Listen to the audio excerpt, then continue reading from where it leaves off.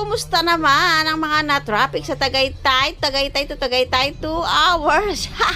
At galing nga kami ng Kalamba, ay bumiyahe nga kami pa Tagaytay. Ngunit datapat subalit ay 4 hours ang inabot namin bago makarating ng Tagaytay. Sobrang traffic talaga, malala mga palalabs. Kaya naman inabot na kami ng gutom. At yung gusto naming puntahan ay hindi na namin napuntahan dahil ginabi na kami.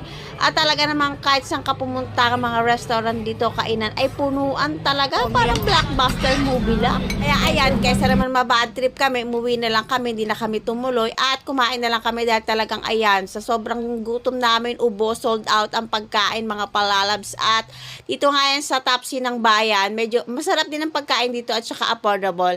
And then umakat kami sa taas kasi meron din silang coffee shop sa taas. After nga namin kumain, nagtry din kami dito sa coffee shop. Kaysa naman mabad trip, enjoy na lang namin yung gabi. Punta nga sana kami ng Sky Ranch dyan mga palalab dahil meron nga daw pa fireworks. Pero nandun na kami sa SMDC. Ay grabe, andun na yung fireworks. Nakita ko na.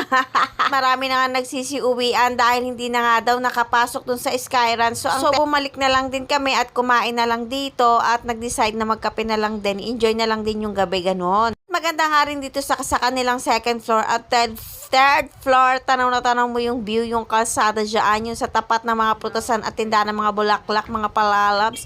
At umakyat din kami sa third floor. Ayun, sa third floor, sobrang lamig. Talaga mapapaget out ka, diba? At ang lakas ng loob ko, nagpalda pa ako. Ayun, nanginig ang lola mo sa sobrang lamig.